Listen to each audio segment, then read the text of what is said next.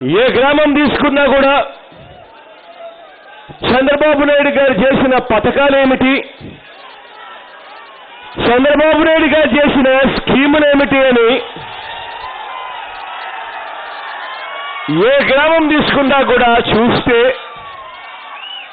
మనకు కనిపించేది ఏమిటో తెలుసా? అధికారంలోకి చంద్రబాబు నాయుడు గారు రాగానే రేషన్ కార్డులు తీసేశాడు. అప్పటి వరకు ఉన్న పెన్షన్ను కూడా తీసేయడం మొదలుపెట్టాడు.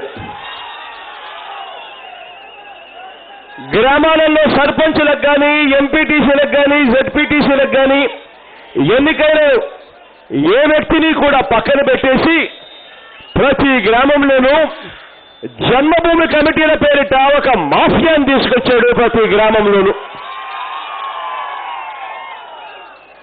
ఈ జన్మభూమి కమిటీలు, ఈ మాఫియా చేసింది ఏమిటో తెలుసా?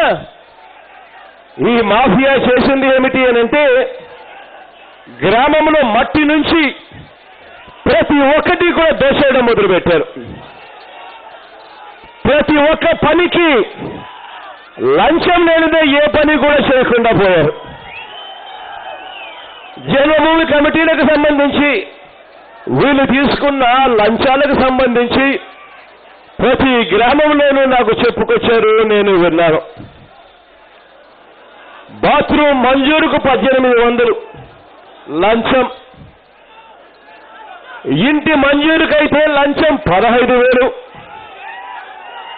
చంద్రన్న బీమాకు లంచం 20,000, చిన్న బీమాకైతే ప్రమాద బీమాకు 5,000 లంచం, డెత్ సర్టిఫికెట్కు లంచం, బర్త్ సర్టిఫికెట్కు లంచం, కొత్త పెన్షన్ మంజూరు కావాలి అంటే లంచం, ప్రతి నెల పెన్షన్ తీసుకోవాలి అంటే లంచం, రేషన్ కార్డు అప్లికేషన్ పెట్టాలన్నా లంచం. గ్రామంలోనూ ఈ లంచాల పాలన ప్రజలు ఎన్ని ఇబ్బందులు పడ్డారో నేను విన్నాను. ప్రజలు ఎన్ని ఇబ్బందులు పడ్డారో నేను చూశాను. వారికి లంచాలు లేని సంక్షేమ పాలనను అందించడానికి నేనున్నాను అని చెప్పి మాటిస్తా ఉన్నాను ప్రజలందరికీ.